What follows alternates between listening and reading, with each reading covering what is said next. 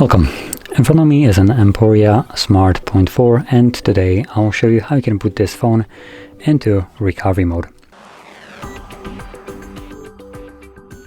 So to get started, hold your power key, select power off, and once the phone turns off, which is indicated by the vibration, you want to hold power key and volume up at the same time. There we go, there's the vibration, so power and volume up at the same time.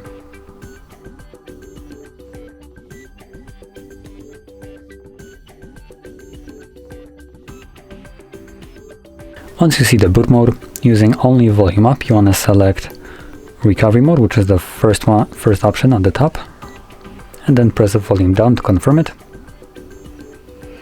Now next thing we will see is an Android with no command.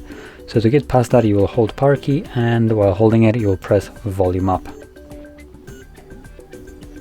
There we go. And that is how you can boot into recovery mode.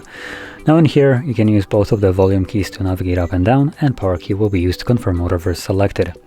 And with that in mind, from here we can boot the device back to Android. We can boot it step back, which is the bootloader, which we selected recovery mode from. We can enter fast boot mode, apply updates from ADB or SD card, wipe data or cache partition, mount system, view logs, run tests, and also power off the device. So that's basically all we have right here. So I'm just gonna stick with the first option, reboot system now, which will leave this mode and take me back to Android.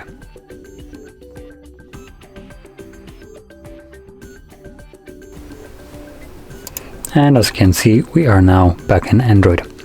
So if you found this very helpful, don't forget to hit like, subscribe, and thanks for watching.